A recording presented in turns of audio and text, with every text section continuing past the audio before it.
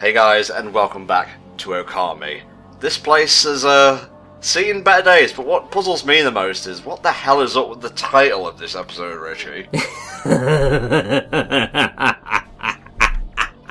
No, don't just evil laugh. I need context, please. You will get your context soon enough. Ugh. It will all make sense. It really will. But yeah, this place is really not doing well because the stank means we can't bloom anything, and yeah, everyone's dying. Oh. Yeah, like, you know how I was going, no, everyone's dying, like they are stuck. They can't move. The stank is that bad. Oh, okay, so it's not just a case of there being poisoned. They can't, vacate the vicinity. It's that bad. Exactly, they can't even move effectively. So that's bad, but now that we're in the capital, we can get all sorts of goodies. Now, you see these first four things? These are all important items, so definitely buy them up at some point, because they will prove incredibly useful in side quests. But you're not going to be able to do those side quests for a while yet. Okay. Now, we also have a new weapon shop. And I do like the thing on this guy's back, because it's just all sorts of various weapons. It's glorious. It's kind of like a reflector mixed with friggin'... what's his name from Final Fantasy? Gilgamesh. Yes, that's the one. So, at this moment in time, if I had enough money, I'd be able to get the 7 Strike, which is obviously a more powerful glaive. But I do not have any money for that. So we're gonna see how that goes. Now, something that's actually quite interesting is that, oh, look at that butt. If you have any fish that you've caught in Agatha Forest, I believe if you sell them when you're in Seon City, you'll get more for them than if you sell them elsewhere in the world. Huh, why is that then? I think because it's the whole thing of the fish are slightly more than exotic to the region that you're in, and therefore they command a higher pay. Also because of obviously everything that seems to be going down in Seon City, they're just happy to get any sort of fish. Yeah. Because they're starving because they can't move. How ironic is that? They're right next to the coast as well. I know, but it's fine. We will rescue them eventually. We can't go over here because that's entirely a cursed zone, and that is bad. Oh yeah, too stanky. Yeah, it's far too stanky. We can't deal with that. Now, you are going to want to explore the commoners' quarters here reasonably well, because once everything is done with this area, it's going to change and make things more difficult for you in the long run. Oh, okay. It's not a major issue, but I'm mostly talking about these canals, because, as I'm sure you can probably figure out, they're going to refill with water. Exactly. So, get these chests now, because you can just run about and it's super easy.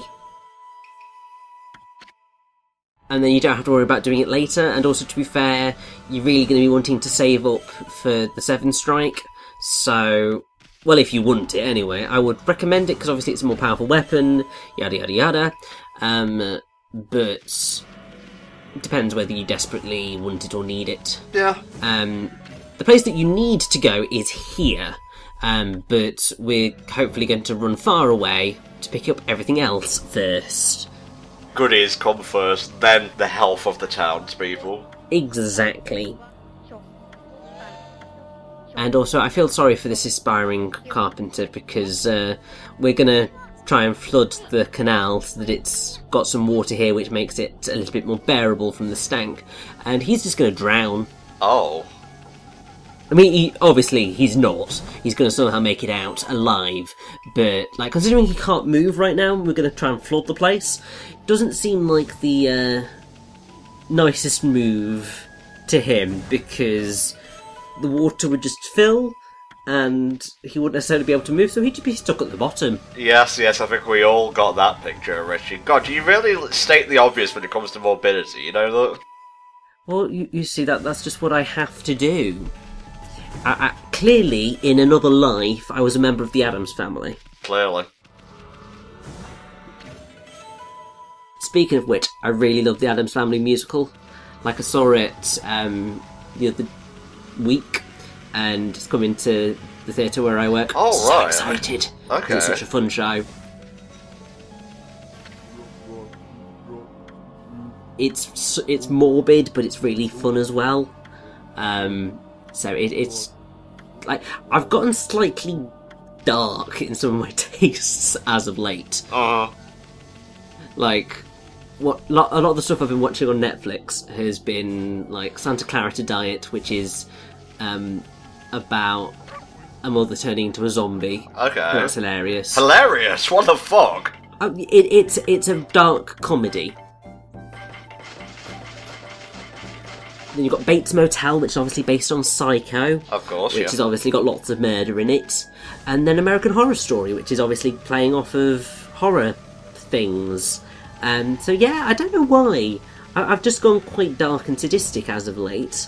Maybe some sort of weird cynicism has taken over, and my lovely, happy, positive, childlike brain has decided, well, you know what, let's just watch the world burn. Well, it can't be me, because I'm a perfect example of positivity and light and niceness. So really, it's got to be Flame.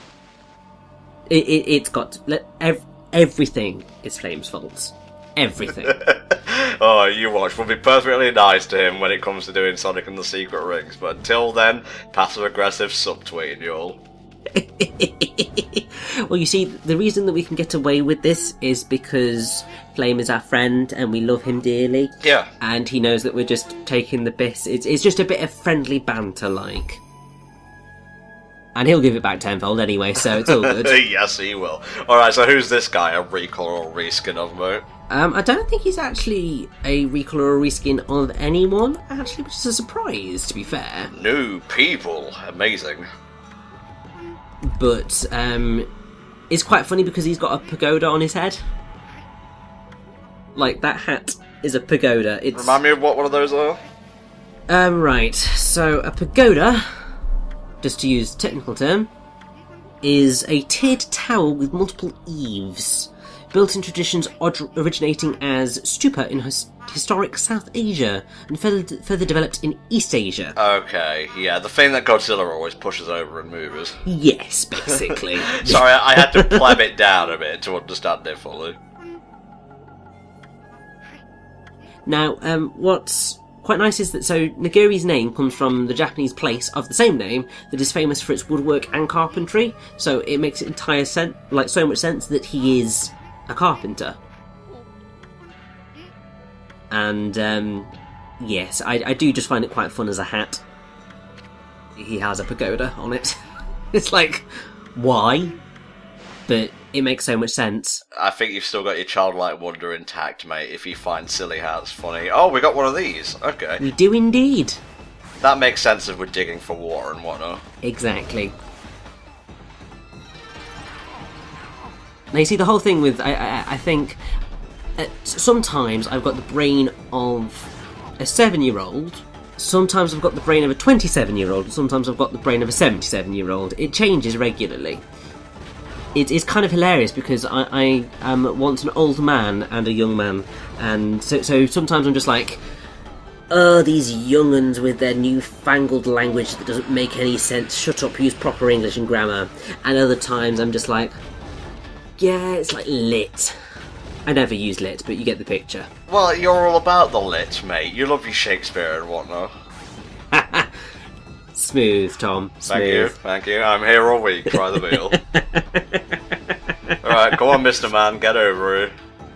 Magic Wing, go!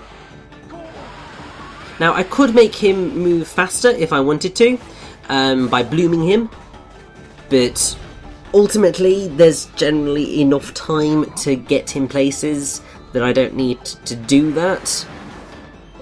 Someone mentioned it in one of the comments saying I'd forgotten it was a thing.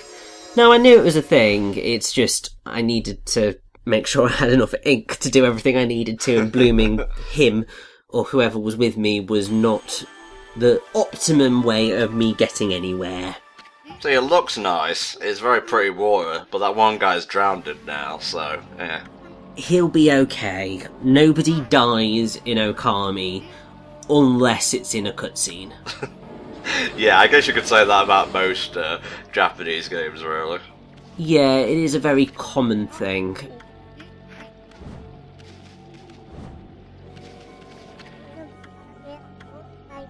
Annoyingly, everyone's still kind of stuck, but at least the water's here now, so they've got a little bit of movement available to them, potentially. Some of them probably not, but it's quite good that Nagiri was alright, otherwise this place would have been really buggered over. So I kind of skipped over the Tits because I was, fascinated by his tiny little pagoda hat. What's the reason that he can move about and others can't? I think he's just really stubborn. He's like a proper stubborn old man. So he's kind of just like, yeah, no, I'm not going to let some stank affect me. Like, frick off. I'm going to get on with my job, thank you. Fair enough. That's a craftsman and or an artisan for you, I suppose. It's also that whole thing of typical old people stiff upper lip. Job. Really, there's no reason for me to want to go and get this chest yet. But I wanted to try and do like a proper badass thing where I just leapt over the entire gap, which is totally possible. But it didn't quite go entirely to plan. It's all fine. And, oh, look at this fella here, Mr. Flower. Yes. What are you thinking, Tom? I'm thinking he's a reskin of Mr. Orange. I would be inclined to agree. He's got the same arching back and all that jazz. There's not a lot we can do for Mr. Flower just yet, but he will be front and centre of one of the... Well, it's a fun... Well, sort of fun side quest, but also arguably one of the more challenging ones in the game. For reasons that you can probably figure out if you remember stuff that we've had to do with trees before. Stuff that we've had to do with trees before? It's not coming to me, but I'll be able to be naturally surprised when we do Mr. Flower's minigame. Looking at my title parts, for Tom and I, it's in the next recording session, so for you guys it'll be next week. But it will come, and it will be hilarious. It's easy to overlook just how bleak this situation is, really, because like, haha, we're going about doing the doggy celestial powers and whatnot, but then you just see people like, they can't move, and they're scratching away at the walls, just desperately trying to get somewhere, but they can't because the stank is too much. We've had that joy, and then suddenly it gets really dark. Like, you thought that Orochi trying to kill everything was the darkest this game was gonna go. No! It's gonna go darker. And darker. And darker. Would you say it's had its darkest in the third act? Or, I think traditionally the second act is where it's meant to go dark in, like, films and whatnot, right? Oh yeah, because what tends... So in the hero's journey, which is the thing that you're referring to, effectively, the second act is where the hero gets defeated, or at least... It's either the end of the first act, or during the second act, that the hero gets defeated by the villain, and all seems lost, but then they start to work through their issues, or they come across someone who rescues them, or whatever, and then the final act is their retribution, their victory, and their return home, so to speak. Slightly botched way of describing the hero's journey, but that's, in effect, what it deals with.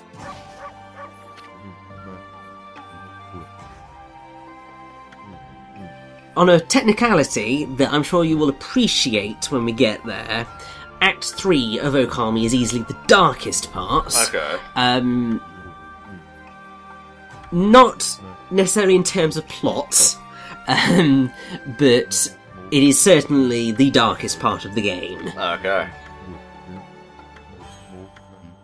Anyway, this is Benkai, and he is, as I'm sure you can probably figure out, based on a person, well, it's not actually a person from myth, but he is a person from history. So he is based on Musashibo Benkai, who was a Japanese warrior monk who served under Minamoto no Yoshitsune. And he is commonly depicted as a man of great strength and loyalty, and is actually a popular subject of Japanese folklore. Mm-hmm.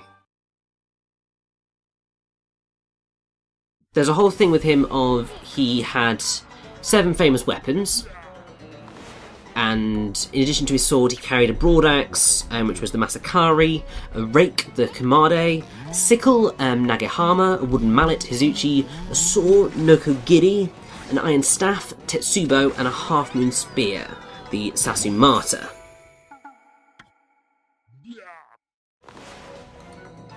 I believe that there's actually quite a dark thing to do with Benkai. I mean, so stories of his birth vary considerably because one tells how his father was the head of a temple shrine who had raped his mother, the daughter of a blacksmith. Jeez. Another sees him as the offspring of a temple god. Many give him the attributes of a demon, a monster child with wild hair and long teeth. In his youth he may have been called Oniwaka, which is demon or ogre child. And there's that. He's also said to have defeated 200 men in each battle he was personally involved in. So there's a lot of that sort of stuff. He's said to have posted himself at Gojo Bridge in Kyoto, as he has positioned himself at a bridge here, where he disarmed every passing swordsman, eventually collecting 999 swords, which is the whole thing that he's dealing with right now of wanting to find the living sword, which is this thing here. On his 1000th duel, Benkei was defeated by Minamoto no Yoshitsune, the son of Minamoto no Yoshitomo. He then became Yoshitsune's retainer and fought with him in the Genpei War against the Taira clan. So Yoshitsune is credited with most of the Minamoto clan's successes against the Taira, especially in the final naval battle of Danura. After their ultimate triumph, however, Yoshitsune's elder brother, Minamoto no Yoritomo, turned against him. And so from 1185 until 1189, Benkei accompanied Yoshitsune as an outlaw. In the end, they were encircled in the castle of Koromagawa no Tate, and as Yoshitsune retired to the inner keep of the castle to commit seppuku on his own, ritual suicide, Benkei fought on at the bridge in front of the main gate to protect his master. It is said that the soldiers were afraid to cross the bridge to confront him, and all that did met swift death at the hands of the gigantic man, who killed in excess of 300 fully trained soldiers. And obviously, realising that close combat would mean suicide, the Minamoto no Yoritomo warriors decided to shoot and kill Benkei with arrows instead. Long after the battle should have been over, the soldiers noticed that the arrow-riddled, wound-covered Benkei was still standing still. When the soldiers dared to cross the bridge and look more closely, the giant fell to the ground, having died standing upright, and that is known as the standing death of Benkai, which in Japanese is Benkei, or Benkai no Tachi Ojo. So, it's fascinating, the whole thing to do with Benkai, and I do really like that he is his own little character in this. It's just quite fitting. So what's all this about Waka and the Path to the Heavens then? Yes, I'm paying attention to what's on screen, don't worry. Yes, you're paying more attention than I am, because I was dealing with Benkai. But yes. This whole thing to do with the Path to the Heavens is fascinating, and I'm sure we'll find out what he's talking about later on, but as he says, the stank is killing the people of the city. He seems very adamant that it is Queen Himiko who's behind this. Huh. But I'm sure we will see what's going on, and another prophecy. What about her? I wonder if this one too will come true. Seems more like advice than a prophecy, if I'm honest. I know, I mean, he's not really that good at creating proper prophecies. But they are useful tips, so happily we'll take that. What, do you need a refresher there or something? It was, I think, more going, have I got all of the dialogue from him? And then it was like, oh, okay, I have. So, you wanted to know why this part was named as it is. Yeah. Well, Tom, you are about to find out. Oh boy, let me whip it out. Okay. Sure. I guess that's appropriate given the title. Really? Really now? Really. The musical piece that plays, I believe, during this is Busty Babe Rao. It might not actually be the case, or it might just be what Isun's going to call her, because Isun is a pervert. He's staring at her melons. Yes.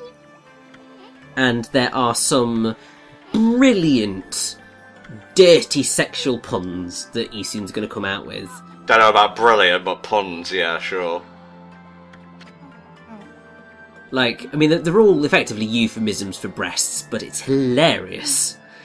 And, I mean, ultimately, I do feel like Isun is a sort of manifestation of Hideki Kamiya. Well, like, yeah, I know Hideki right. Kamiya is a lovely guy, but he's got a slightly perverted streak, as we are all aware.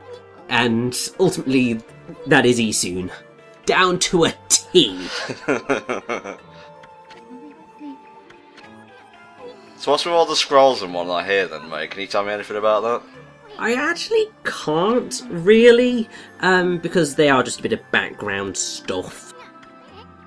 But Rao is the priestess of Seian City, so it would make sense that she would have all of these scrolls as, oh, there we go, a deep valley between two lofty peaks. That's what you get for bumping into Rao. Classic. It's a delight how smutty it is, and I just think it's brilliant. Yeah. But yes, with those scrolls, it makes sense that as the priestess and the one who is meant to be able to help people out, that she would have all of these here. Because it seems sort of like an accounts area, but yes, for Rao to give us any help, we need to find her prayer slips, which we will indeed go on to do. Okay. You can, when you're proving to Rao that you are the great goddess Amaterasu, use any of your powers, I believe. So, I believe you can use a bit of fire, you can use Power Slash, you can use Gale Storm, basically anything that you can pull off, she will then accept as you being the great goddess. And look, it's Kamuso, and this is actually quite a challenging fight, so I end up having to use Steel Fist Sake to get through this effectively.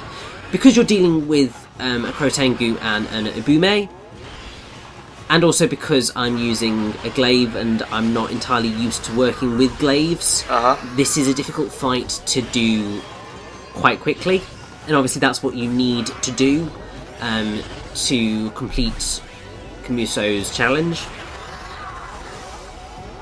That was pretty effective though. Yeah, it's only because I used my Steel Fist Sake to boost my attack strength so that I got through quicker. Oh, it's a valid option, mate. It took me quite a number of tries to get that down, because it was a pain. But for completing all of Kamuso's challenges, we get a stray bead. Nice. So it's totally worth it. And I believe that that is our last thing that we're ever going to have to do for Kamuso, which is nice. Next up on our list is just exploring a little bit more. We've got some dig spots. I can't believe that I just ignored that dig spot there because I could see it. Oh, what you like. But we will go grab it, don't worry. But essentially what we're doing is we are looking for Raoul's prayer slips. Because that's the only way that we're going to be able to get any help from her.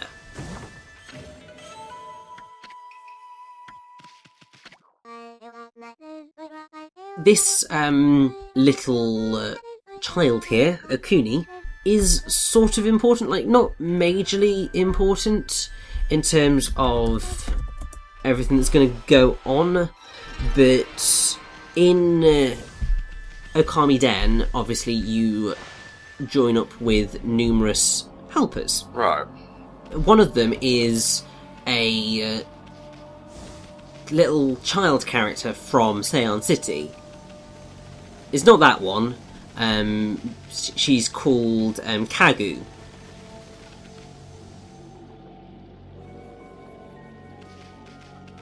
But she does live in this part of Seion City, and I do quite like Kagu as a character. Like, I will bitch and moan about Okamiden's narrative and what it does with things, but there are two characters in it which three characters I should say, that I'm quite fond of, and that's Nanami, who's a young mermaid, Kagu, who's the spirit medium, and Manpuku, who's an overweight boy who you carry around on a fire pot. It's quite funny. Just because those are the characters that you become friendly with, and while they are important to the plot, they aren't like ridiculously connected to it. Like the other two party members, massive air quotation marks, companions is probably more accurate. Yeah. Are the ones that the game really desperately wants you to get an emotional connection to, and just does not do a very good job of achieving that. So it makes sense that then I do prefer the other ones, because I'm not being forced to develop the game isn't actively forcing me to make an emotional connection to them. Yeah. It's just allowing me to do it naturally. And that's one of the places where Okamiden does fall down, because it tries so hard to be emotional at times, and because of the way it's structured, it just can't pull it off. Right, restrictions of the console.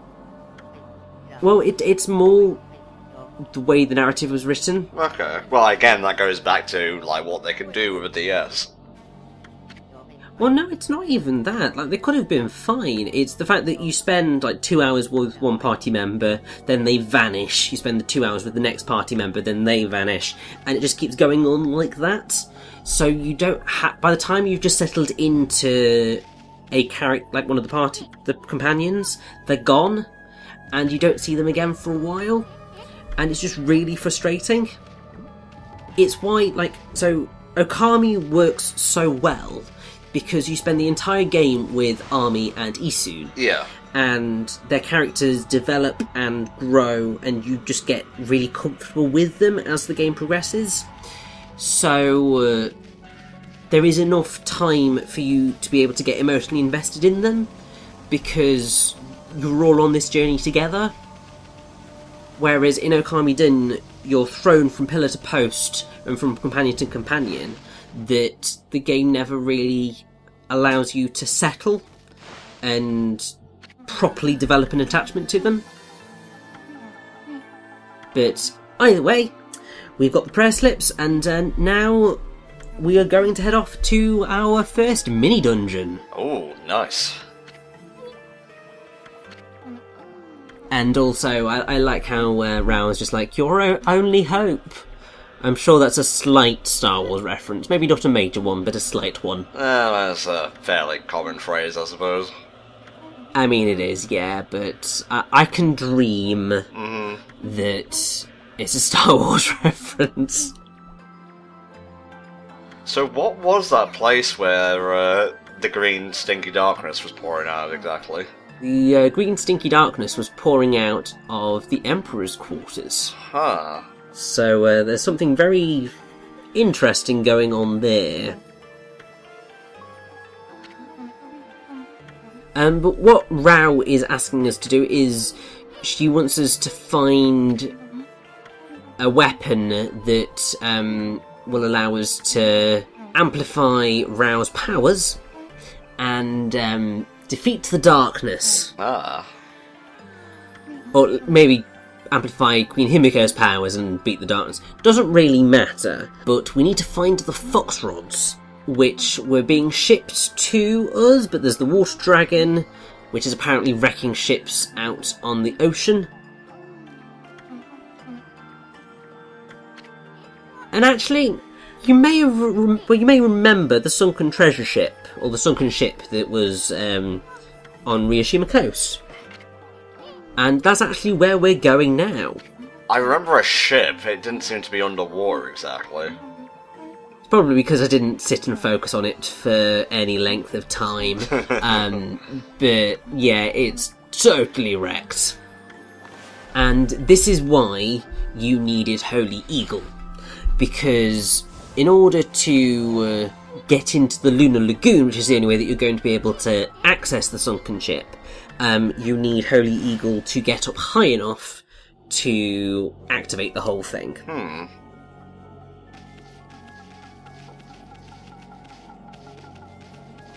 What I'm doing right now is, I believe, making sure that I have sourced all the dig spots in the aristocratic quarter, because obviously I want to try and complete areas as best as possible. That's our 100% run and expect nothing less. It's 100% of what matters, is definitely the case. Hopefully I managed to definitely pick up every dig spot, but no promises on that one.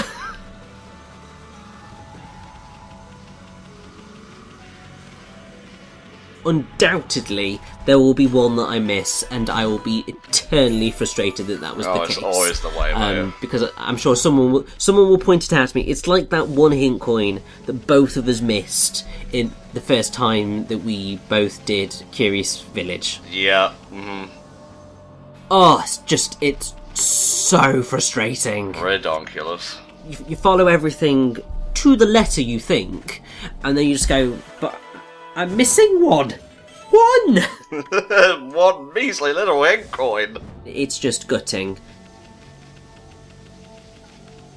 So there was a period where I was thinking I was going to try and 100% complete Nier Automata. And I was close to doing it. But then I reached the point where the side quests that I had left were really time consuming. And it was like, you know what, I'm better off spending my time doing something else. As much fun as I've had with this game, it's not worth it. So, there are times when the completionist in me screams out that it needs to complete things, and other times where it just goes, my instinct to complete this is screaming out to do so, but it is not going to be an effective use of my time. You're just ignoring it. I wish I had that ability, honestly. That'd be nice, instead of being a slave to my OCD impulses. Yeah. I mean, it's something that you've got to train yourself to do, because if you're a completionist, then every inch of your body tells you to complete the games you're playing. But just, if you can find that urge as you get older, that's definitely for the best. Yeah. Because as you get older and you get more responsibilities, you don't have time to play video games as much as you used to. And so 100% completing a game, especially when something like some element of that 100% completion is going to be quite time consuming, becomes a bit of a waste. Unless it's like really important, or it's the type of game that you just have to 100%, like if it's like a proper collectathon, yeah, where the only way to play the game is to 100% it, and we will have no other things said about that, because, like, seriously, you need to 100% platformers that are like that, because it just feels wrong otherwise. But yeah, the sooner that you can fight that urge, the better, really.